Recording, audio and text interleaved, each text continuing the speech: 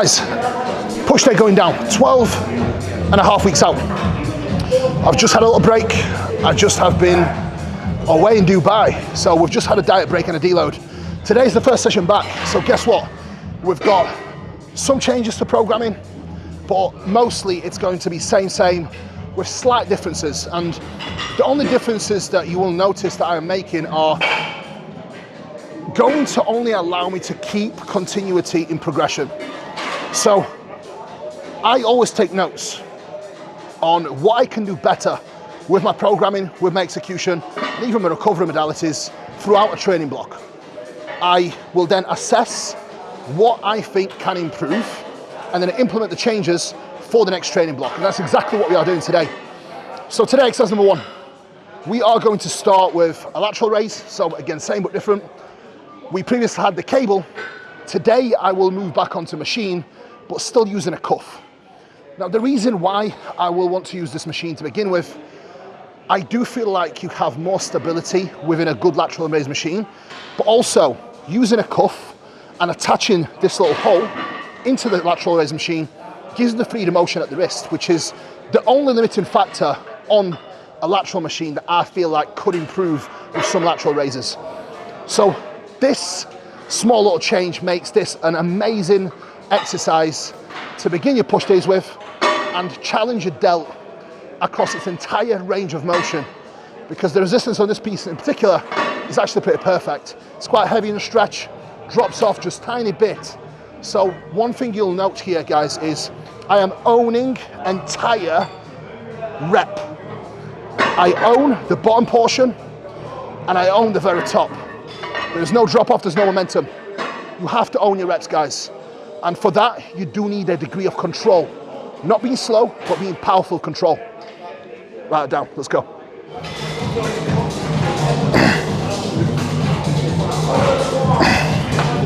See the difference here, guys? Normally my hand would be fixed into this position, forcing my arm and my hand into a position I don't really want to be in. Attaching a cuff here allows me to rotate a little bit more into a position that I know I can have a lot more comfort with, but also a lot more power. So just giving myself a little bit of internal rotation and placing my upper arm a little bit more forward in front of my rib cage puts my arm path in more of a scapular plane of motion. So this simply means my arm is just a little bit in front of my rib cage, allowing me to abduct my arm relatively hard with no pain, no discomfort. And this will be very individual as to what position you like the best for your structure and generally what you feel like you can get the most out of in a lateral raise.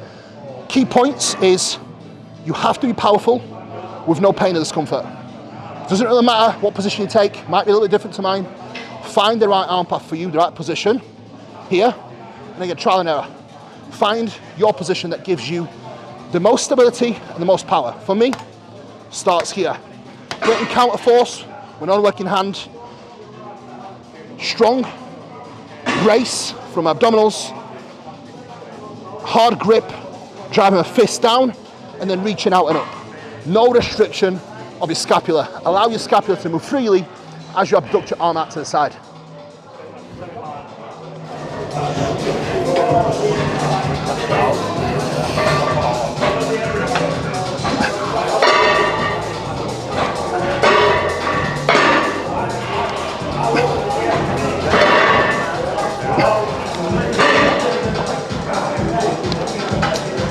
Rep range is very much dictated by the exercise.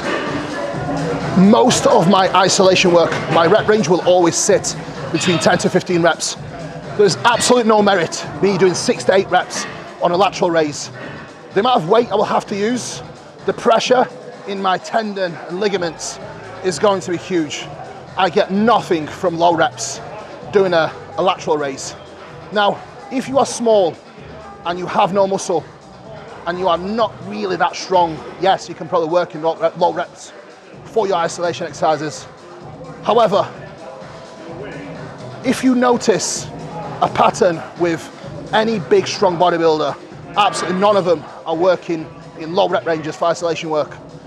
Ultimately, yes, it's trial and error. Do what you feel like you can get the most out of in a given exercise, but generally, 10, 12, 15 reps. 10 to 15 reps is going to be a perfect sweet spot for all isolation exercises to maintain good execution, effort, and be able to safely progress, which is your priority across any exercise you do, always.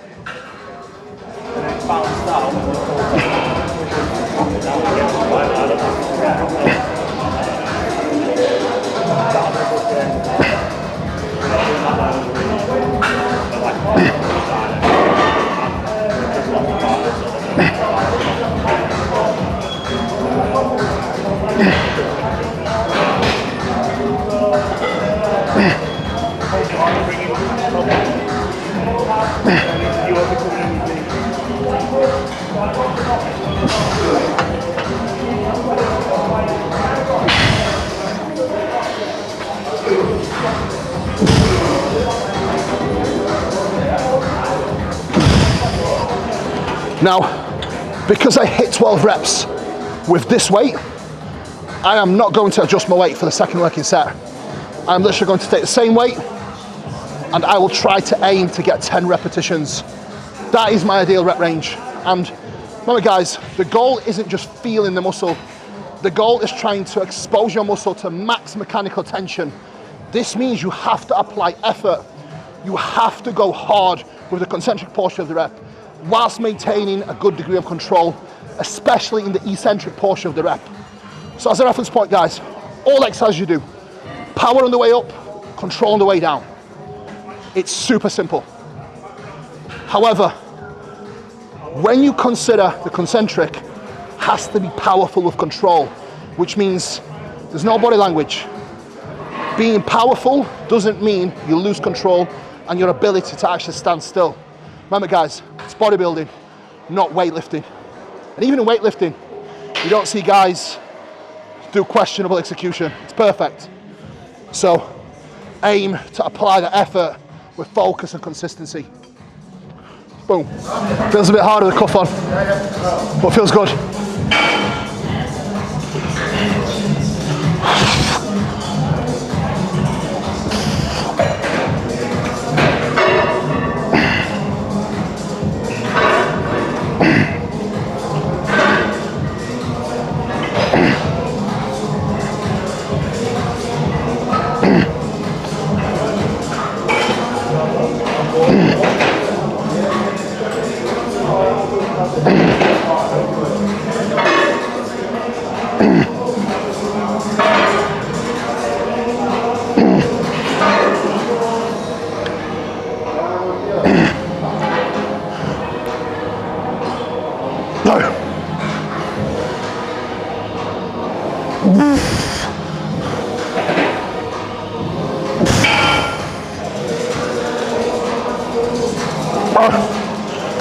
Perfect. Right. If you're training and you're using any unilateral exercises, always remember to treat every single set as a separate set. If you do not take adequate rest in between each arm or leg that you are training, the following limb that you train after that first working set may not get the same stimulus as the first one, because you will simply not be recovered enough to be able to apply the same effort. If you have a training partner, do one set at one time. You train, let your training partner train, then do the opposite arm after. Game time.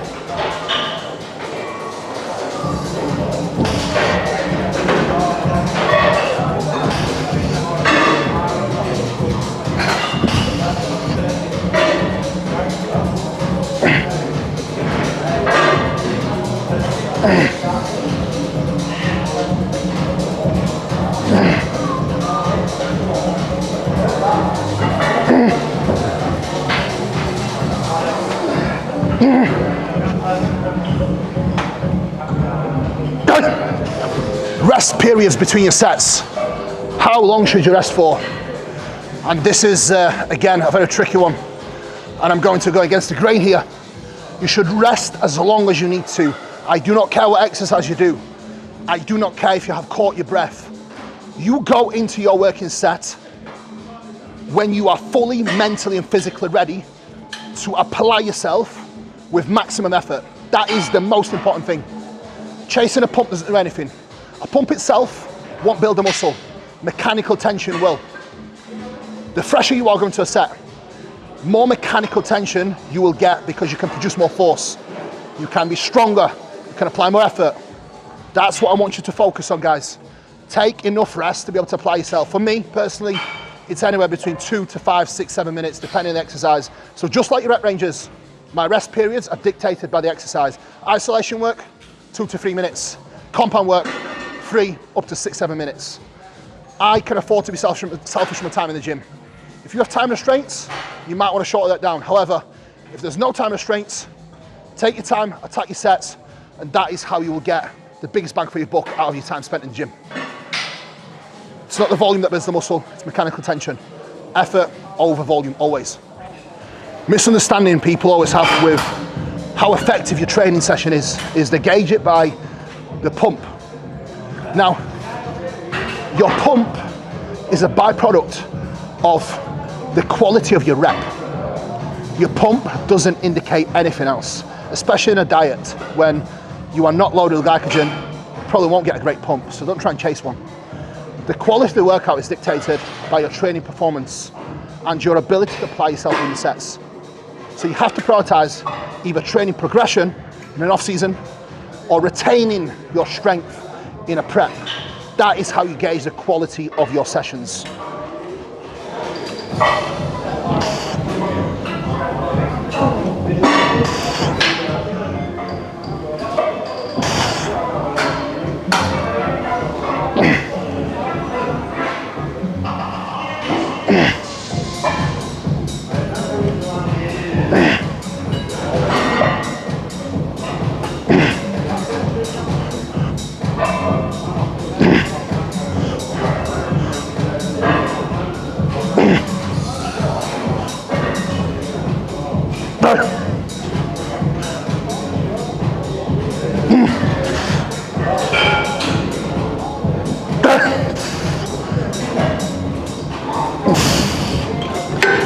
The set? Yeah, just one set of cable fly. I have 2 variations of my push days. The first push day, which is today, we start with a compound exercise. The first compound exercise is quite heavy in the shortened range, so it's quite heavy in the lockout, which means there's no cable work before this exercise, there's no flies. On the second session, I do working sets on flies. On this session today, I only do 1 priming set. So all this simply means is I do 1 set of fly just to get my pecs fired up and get a little bit of blood in there. This definitely allows me to drive more tension into my pecs when I am pressing. And look, people want to argue that the execution and exercise setup should be enough. It is in most cases. For someone that is quite dominant with the tricep like myself, doing a set of cables just allows me to have a much better connection with my pecs whilst I'm pressing. And I do feel like it does have merit when it comes to specifically training for bodybuilding.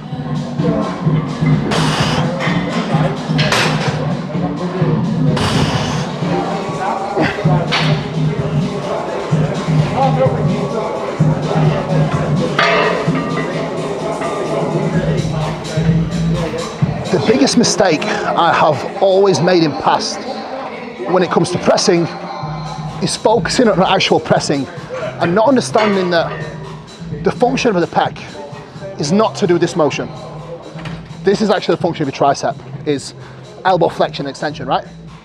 The function of your pec is to simply do this, bringing your upper arm across. So I'm not going to use the fancy words and say humerus abduction, adduction. In simple terms, I'm going to explain it to you so it sinks in for absolutely everyone. This is the function of your pec. Bringing your arm out, outside of your rib cage, away from your body, and then bringing it across. So once I implemented the cues of driving my elbow across as opposed to pressing through, I have noticed a significant increase in the size of my chest because I no longer press from a tricep. So if you are struggling with chest development, do not make the same mistake as I did and go into every chest exercise focusing on pressing like this. But instead, I want you to focus on driving your upper arm and elbow across into your midline, across every single press that you do. The cue that I want you to imagine is you are trying to jam your bicep into your pec. And I promise you, it's going to be a game changer for your chest development. Boom.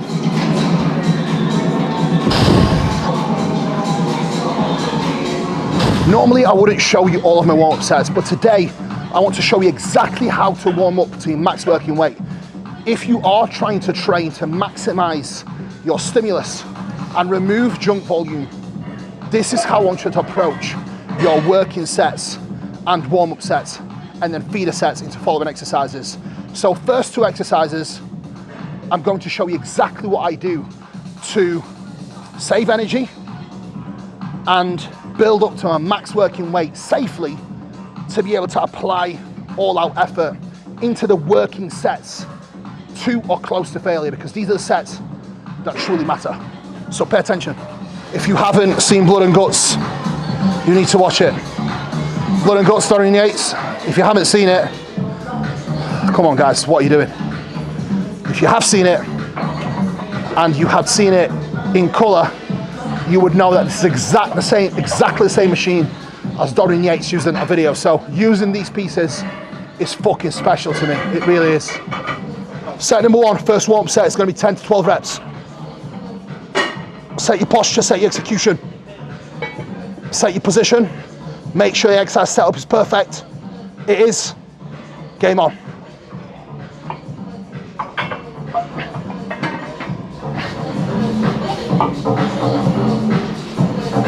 I've actually been thinking about this all week. I'm not gonna lie, I seriously have been. I've been in Dubai on our little break, and I was already thinking about this set. I've got a number in my mind that I want to hit today, and I do want to hit 4 plates. That is a must, and that's what I've been thinking about all week. I couldn't wait to actually get back and hit this session. If you want to be good at anything, guys, you need to be almost obsessed with it. And again, look, the way I approach things, it's probably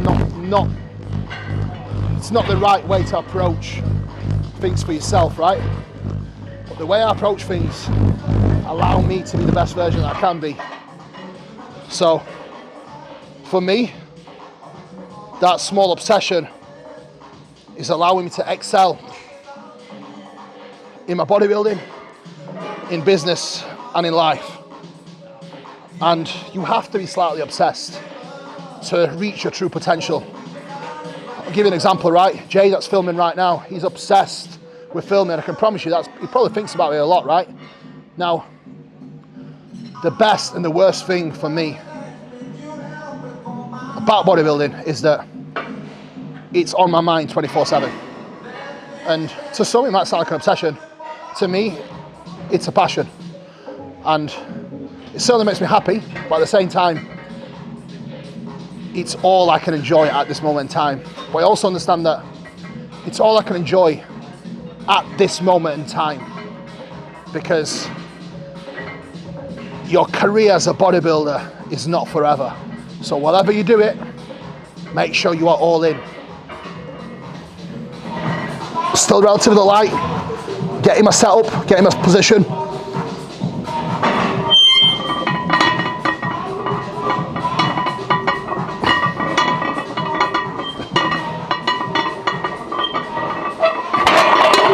Perfect.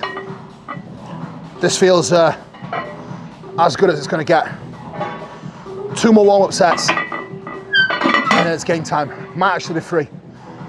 I will see how they feel, and then we know if it's game time or not.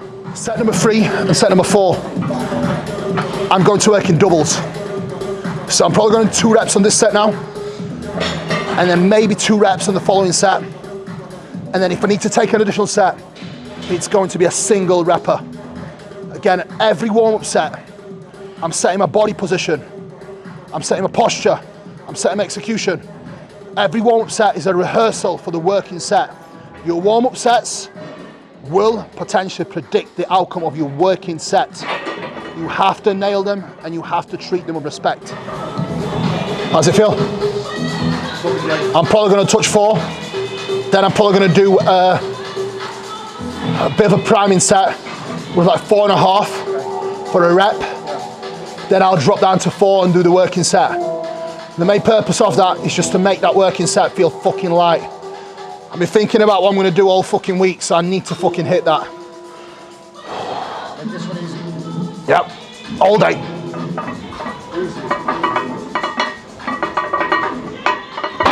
Yep, here we fucking go. And again, the goal now is to just get my central nervous system ready for the working weight, but also mentally, this is where the battle begins, to try and make that set feel as light as possible.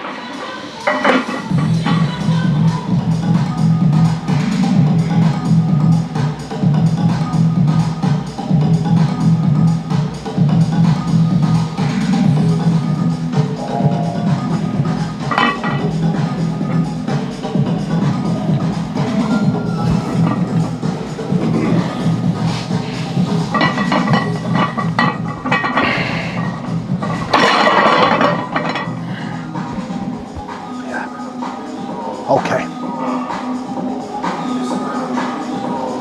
Do you have a warm set or are you ready to go? I'll work after push next. Okay. And it's just one more touch. With your warm sets, guys, once you get the bulk of your warm-up work done on your first compound exercise, you then only need maybe 1 priming set. If you are in a position where the exercise selection is set and you have been using the same exercises for an extended period of time, sometimes you might not even need a warm-up set or a priming set. This I have run for probably 10 weeks now. The next exercise I probably had in my rotation for 12 weeks. So these are both exercises I'm extremely familiar with. Therefore, after I have done the bulk of warm-up work now on this, I will probably only need 1 rep to touch on the following exercise, just to simply prime my central nervous system and mentally get my head in the game for the working sets. So just food for thought, guys. Effort is king.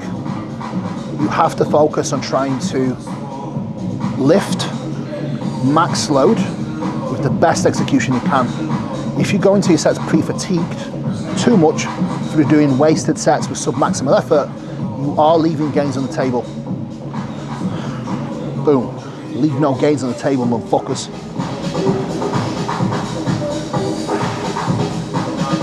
This has to feel fucking light now. This has to feel fucking light now. This has to feel fucking light now. This has to feel fucking light now. Here we fucking go. Okay, this is what we're fucking doing, motherfuckers. This is what we're fucking doing, motherfuckers. Here we go. All day.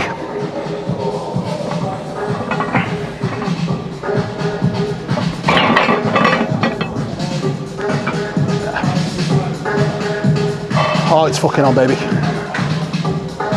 It's fucking on. Big, big focus, come on. Let's get it. Big focus, come on. Yep. Oh. Oh. Easy set, come on. Oh. Oh. Perfect. Oh. Drive hard, come on. Yes. Oh. Yes. Stay tight. Excellent, leave it there. Oh. Nah, it's there. Well done, well done, well done. Well done. That was perfect. Ignore me on that one. I wouldn't have done it if I didn't. Yeah, that was perfect. Just take it for now. 4 plates. What date is it? 10th.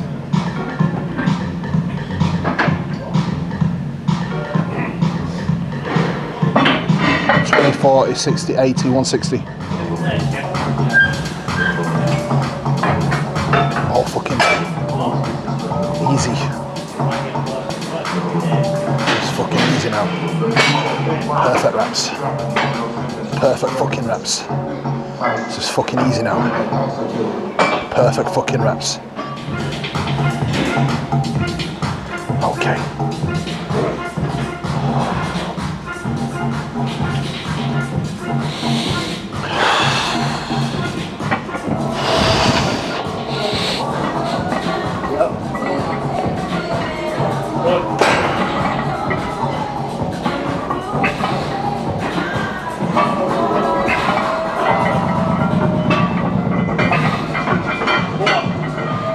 Go. There you go. Let's go. Fuck. Jump. Beautiful. There you fucking go. Yes! Fucking hell. Lovely. That last one was still there. It's just because it's so heavy in the lockout. It's not really like a grinder, because if you was to take a rep like that, I think we both took pretty much similar rep on that last rep. You know you're going to get it, but you know it's... Yeah, I know it's going to be a challenging rep, but I know it's there. But if we're trying to attempt another one, that's when it be counterproductive. But also, we wouldn't attempt reps like this on the next exercise because it's so heavy here. So You can't really, because... no, it just goes, it just dies. So this is the difference between understanding resistance profiles and how they actually feel. It's like machine that's so heavy in the lockout, you don't die instantly, you almost die as you push through. On the machines that are heavy in the stretch, it's just a sticking point, you're dead. But again, most people even watching this, unless you've been training for a long, long time, and you don't have that deep understanding of how things feel, and you're just not going to notice these things. I do, because again, I'm fucking obsessed with it, so. Good. Good. Easy. Yes. Strong, come on. Let's fucking go. Win in your head. Take the fucking win, come on. Take the fucking win. Yes. Oh yeah, man. The logbook says 9 reps.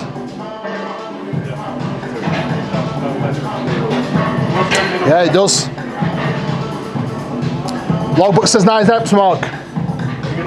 What do you reckon? You're alright, just leave it. Come on. Okay, it's gonna have to be 10.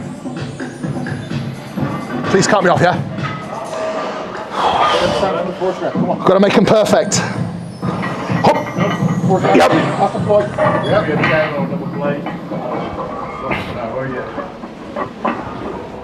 Give it think. There you go.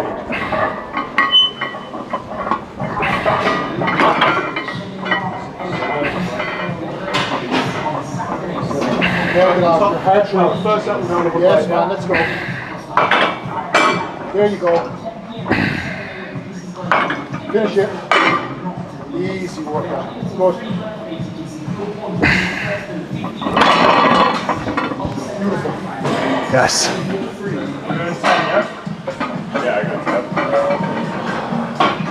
For next exercise, both myself and Mark are extremely familiar with it. So, do we need a warm-up set? Yeah? We're going straight in. It's a movement we've done for a long time. We are both extremely used to the exercise.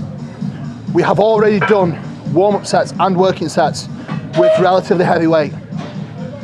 Doing another warm-up set now, unless we really need it, it's going to be a waste of energy. The only time where I would do a feeder set now is if potentially the set fell off. So if I go into the set now and I do not feel confident I can perform to the best of my ability, I will probably do a rep and drop it, and then I will wait, then I will work. However, I don't need warm-up sets. I'm warm. My muscle is already exposed to quite heavy weight. So from a safety standpoint, I do not think it serves much merit doing more warm-up sets now. Especially now we are extremely proficient at the exercise that we are using. If it was a new exercise, it's different. You need to set up your execution and your exercise setup, so you would need feeder sets and warm sets. But we don't need that. It's not a new exercise. So, game time. What is up, guys? Welcome back. If you are looking for coaching or consultations, please visit Team MK Coaching, link in the description below, and see what we can do for you guys. Good. Strong mark. It's good. Good. Strong. Perfect, perfect, perfect.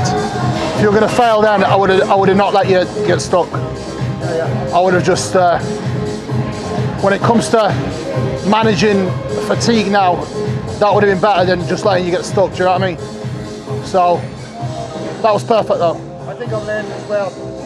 Don't take them silly reps. When it's not there, don't take it. So, there's a big difference between training to failure and past failure. Most people don't have true perception of where failure is at because people stop very often when it starts to hurt. It's not where your set's over. People often change execution when the set starts to hurt to make the lift easier. That's not training to failure. We do not break position. We maintain execution the entire time. So we train to clean failure, not past failure, and avoiding taking the reps that are just not there. It's the best thing you can do to keep the progression going. So it's not exactly reps in reserve, but it's not exactly complete failure breakdown. It's not the goal. The goal is to make sure we get quality stimulus and quality reps always. No place for shitty reps.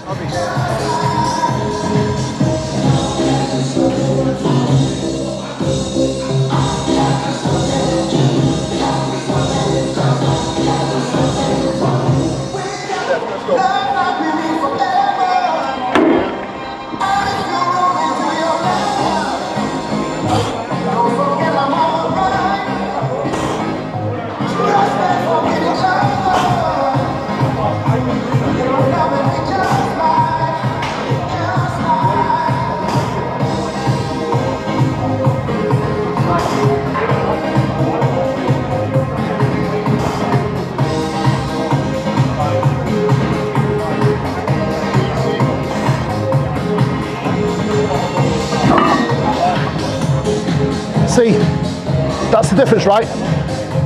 To you guys, that rep probably looked relatively easy. But I know myself, with this machine, this resistance profile, if I attempted another rep, it would more than likely be a 50-50 rep. That is the repetitions that we do not take. That is something that my best friend, my mentor, OG, my dad, not real dad, but second dad, Jordan Peters, has very much ingrained into me.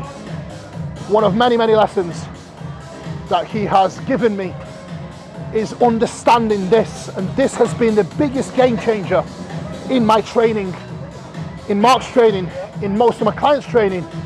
I cannot stress the importance, guys, of keeping your reps clean, staying locked in, taking your sets there without taking any shit reps. Taking the shit reps is what costs you progress. You are here to progress, not bomb your sets. Be mindful of that, guys. So fucking important. Stay locked in, come on. Beautiful, beautiful. Excellent work.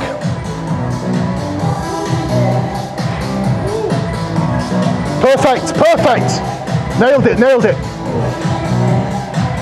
Now, if you notice that rep, guys, that was a very, very hard failure rep. Mark stayed locked in. He didn't change his position, did not make it easier. He just grinded through it. That was fucking amazing. It's exactly what we're talking about.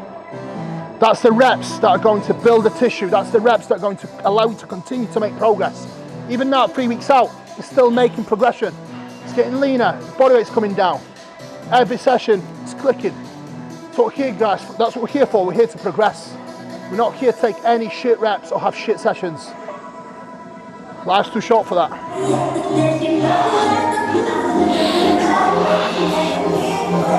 All starts with the feet, guys. All starts with the feet. Got to make sure your bracing's on point. Got to make sure the focus is on point. Okay, this is fucking light. This is light. This is fucking light. Show them how it's fucking done. This is fucking light. All fucking day.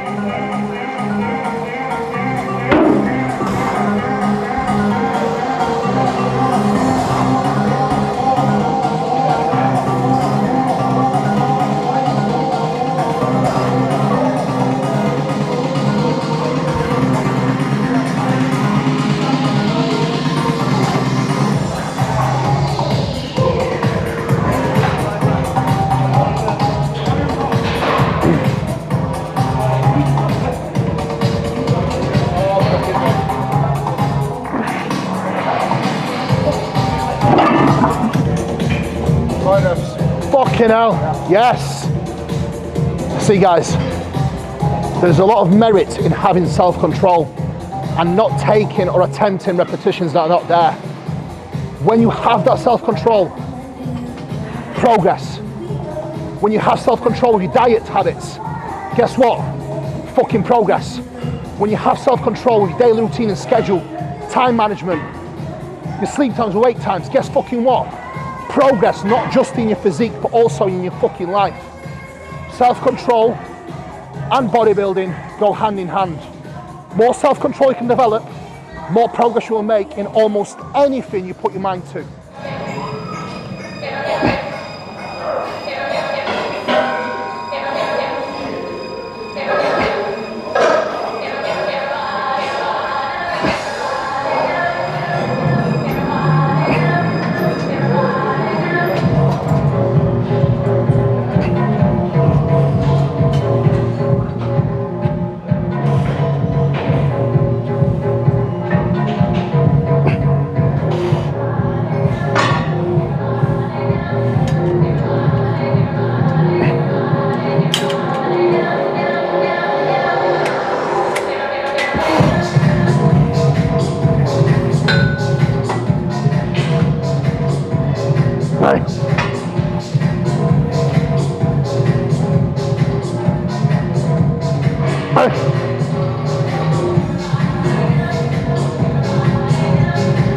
Exercise number 1, single arm lateral, 2 working sets. Exercise number 2, flat hammer strength chest press, 2 working sets. Exercise number 3, low incline prime press, 2 working sets. Now, single arm pec deck, 2 working sets again.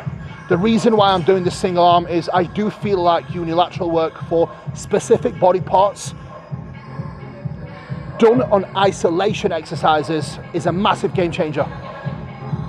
You can always recruit far more muscle fibers across any body part that you train unilaterally. The focus, internal focus that you can create within that muscle in that exercise is far more superior than doing bilateral work. So if you have any specific body parts that you're looking to bring up, I would always favor adding some unilateral work in. That doesn't mean your entire program has to be unilateral, no. It simply means in your session, maybe 2-3 exercises could be done unilaterally on isolation movements only, which are not demanding and can allow you to stay super accurate within that exercise. Try it out, guys. Let me know how you get on.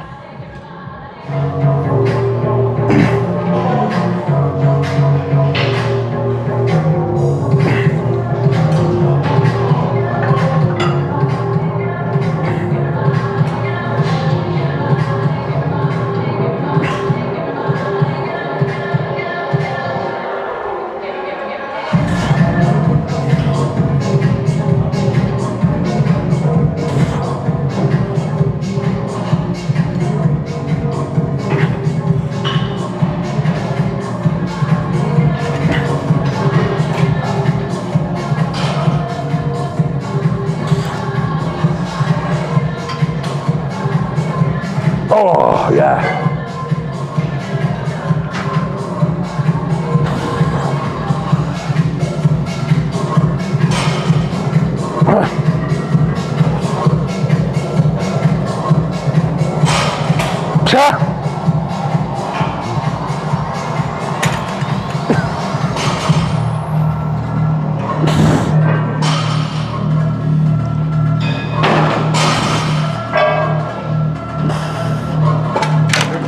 match? Fucking 18 or something, man.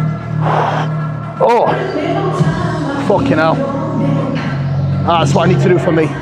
Another reason why I love unilateral work on certain exercises is because I can get my exercise settled better, which simply means I can get in a position that I feel more comfortable in to perform that exercise. I can get in a position that I can perform with much better execution because my exercise setup is better. So it's a no-brainer, especially on movements that have fixed patterns like this. If you work with both arms, you have no ability to adjust your position to suit your posture, to suit your mechanics. Mark fits this perfectly. I do not. For me, ideally, the handle would have to be rotated in. So when I'm doing unilateral work, I can actually rotate my position to be able to get in a better spot, get my exercise settled better, and perform better. So try it out, guys. Keep an open mind, pivot and adjust anytime you need to. The idea behind a top set and a backup set is first set, which is your top set, is a heavier set, which generally will work in lower rep range of 6 to 9 reps. Backup set would be anything of 10 to 12 reps, which is a lighter set, right? I want you to change your perspective on this entirely. Your rep range will always be dictated by your exercise. It does not matter what rep range you use to a degree until you actually understand resistance profiles with certain machines. The idea of a top set and backup set is perfect when utilized in machines that do not have adjustable resistance, such as any hammer strength machine, because it's so heavy in the shortened range. You are probably better off doing your first set heavy and then backup set quite light, because you will be quite fatigued to be able to do a secondary set within that lower rep range. However, when you go into other exercises like isolation exercises, it does not make sense to do a top set and backup set. It simply makes sense to keep your rep range between the amount, your rep range around the parameters that you feel like you can get most from in that exercise, and then adjusting weight accordingly to stay within your rep range across the number of sets that you have in your plan. My first set was actually lighter, and backup set is heavier. So essentially, I'm not doing top set and back off. I'm doing back off then top set. So again, I'm just sticking to the rep ranges that I've got assigned in my plan. My first set was much lighter than anticipated. I actually performed much better. So it only makes sense to go heavier to try and stay in that 10 to 15 rep range. So I've gone heavier now, and I'm confident I can get 10, 11 reps of heavier load now, which is exactly what I want. And the next session, I'm probably going to start with this weight and try and chase the reps that I did on the first set with the lighter weight.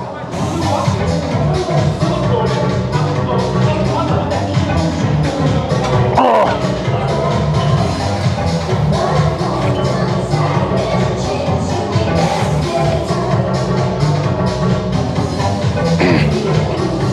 Perfect.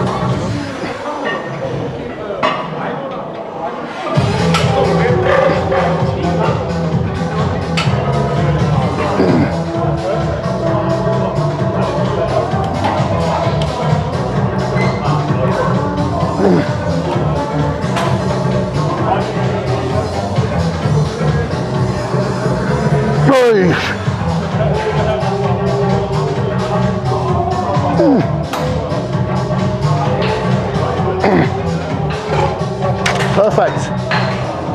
You have to take consideration your exercise selection, your resistance profiles, your rep ranges, and your training frequency. Now, as much as training everything heavy in the stretch is extremely effective, yes, it comes at a very high cost. So a lot of people base the training solely trying to train everything in the stretch, heavy in the stretch, but you have to understand that, yes, training heavy in the stretch is going to potentially give you the biggest return on investment when it comes to the stimulus. However, it also comes at a very high cost. So your volume will actually increase tenfold indirectly through your resistance profile. So you have to understand at times, in order for you to keep your progression going and still be able to hit the volume parameters for the working sets that you have in your session, you may need to opt for some movements that actually challenge the muscle in the shortened range and some exercises that challenge the muscle in the lengthened range to actually keep your recovery in a good spot and be able to repeat progression in every single session. Remember guys, progress is the most important objective. If you are not able to progress your lifts, you are likely training with too much volume. And this could be resistance profile, too much sets, or even poor exercise selection. So pay attention to what you do and how you do it. Sit now. You know it's fucking game time and the hat's going on backwards. Championship rounds, let's fucking go. Yeah.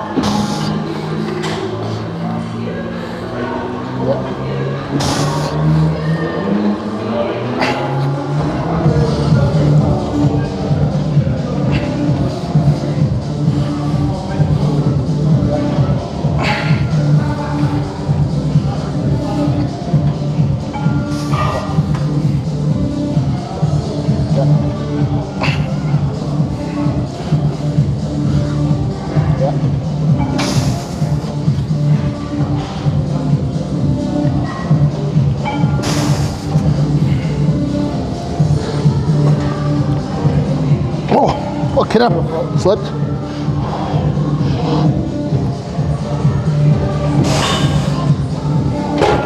Perfect. That was a shitty rep, that was me slipping out. Was that? 11? Definitely.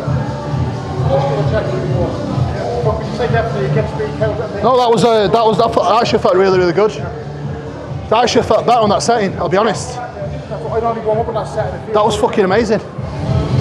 Excellent. You have to remember guys, tricep, dip, in any variation, machine or free weight, is not an isolation exercise. Do not treat it as such. Your goal here is maximum range of motion, the strongest position you can get in, moving as much weight as you can with accuracy and control. It's unavoidable that this exercise will target a lot of your pec, a lot of your front delt and tricep. I promise you guys, you get strong in any dip variation, your arms are going to transform, your lower pec will look different, and even your front delt have a lot more pop to it. A dip variation of some sort is always within my training program for not just the juicy tricep, but also shoulder function. So when it comes to exercises, some exercises just give you more bang for your buck. The dip is one of them.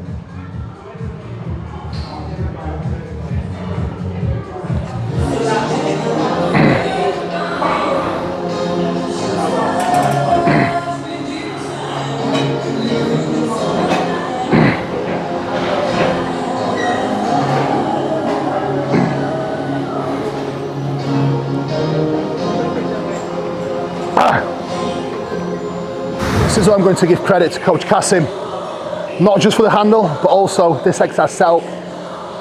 It's potentially one of my favorite tricep extension variations at this moment in time. The ability to generate force when doing this, having this stability point, bracing my upper arm into this is incredible. So if you want a tricep exercise that gives you the biggest bang for your buck, this is certainly one of them. And I feel like I can get so much more out of this, having that stability point to brace into, than just doing it standing. It's just a massive game changer. I can actually handle more load with better accuracy. And if an exercise feels better, guess what? I'm going to fucking use it. So Coach Cass, thank you. Guys, if you want to get out some great training content, I definitely suggest you follow him. Massive shout out and appreciate you as always.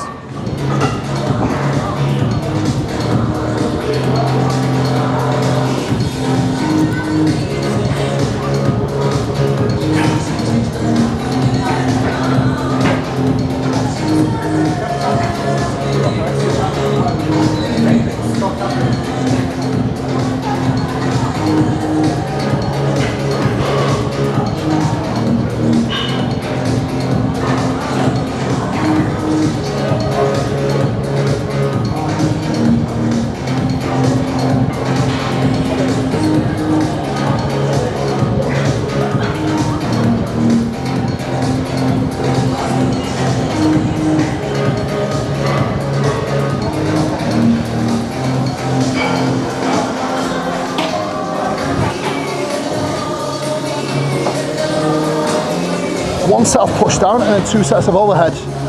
And you may ask why 1 set of push down and 2 sets of overhead. I always feel like doing it a single set of just pressing down in that plane of motion takes a lot of stress off my elbow. So I always feel like going to my overhead stuff after doing a set of this just feels so much better. And as always guys, if something feels better, it makes sense. Especially when I am able to progress my numbers session to session.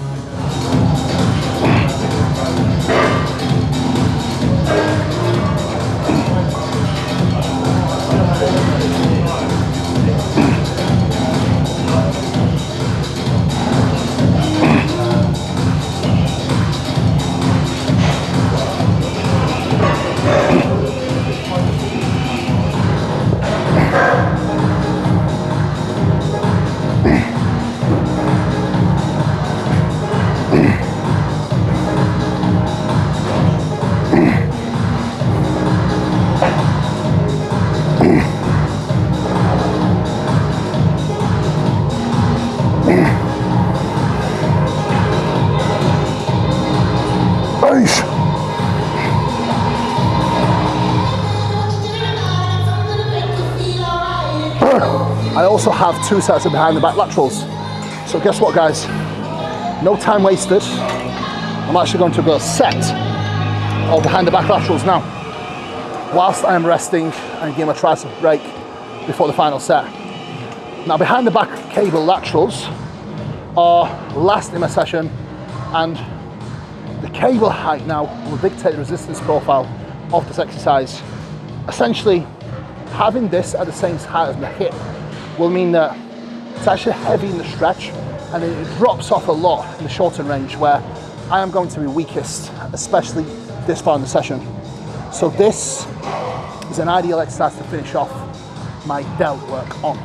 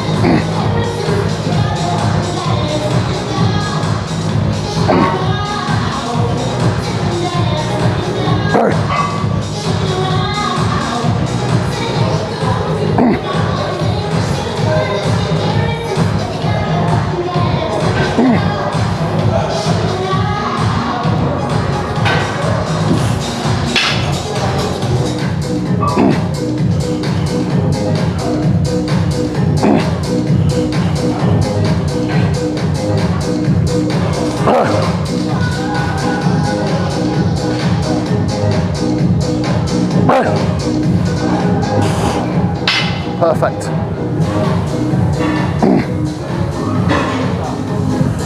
I want you to notice one thing, right?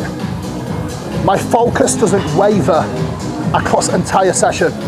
It remains the same until the very last set. The intensity remains the same from set number 1 to set number 14. I very much attribute this to having no distractions in the gym. I come in the gym and I focus only on my training. And this is the strategy I should take for everything that I do. When I'm working, nothing else exists apart from a client, When I'm in the gym, nothing exists apart from training. This allows me to really maintain a high level of focus, but also when I am focused on one task at one given time, I'm always more efficient at doing it, but I also enjoy it so much more. I'm able to stay so much more locked in. I'm able to stay in a much better mental headspace to be able to perform to the best of my ability at whatever task I have at that given time. Now, on another note, guys, push-pull legs is not to blame for your small arms. What is to blame for your small arms is not maintaining high effort across your entire session. There is options with push-pull legs, right? You can actually start with your arms at the beginning of your leg days or even beginning of your sessions if your arms are priority. However, in most cases, the reason why your arms are small is you lose focus, you give in to distractions during the session, you start playing around on your phone, and the latter portion of your workout, which is equally as important as the start of your workout, often gets lower quality effort, down to you not being as focused and not giving the same intensity to the smaller stuff like your arm training as you do the big stuff like your big compound lifts that are in essentially much more fun.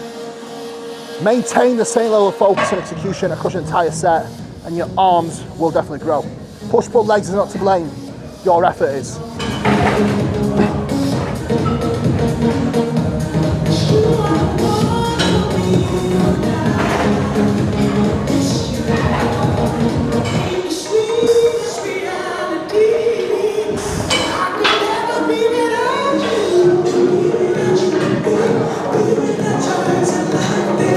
I have no music on, by the way. Don't know what I'm fucking bobbing to. I actually do it quite often. I'll always put my headphones in. I'll put it in noise cancelling, whatever it is. And I sometimes actually turn my earplugs in.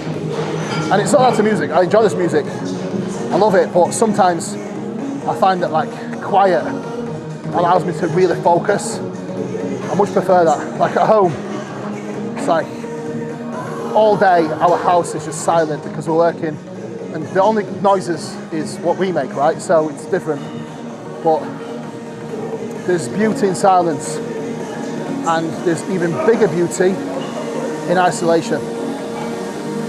Some of you don't get that, I certainly do. And it only takes time for you to get comfortable at being on your own to understand the beauty of isolation and what it truly means.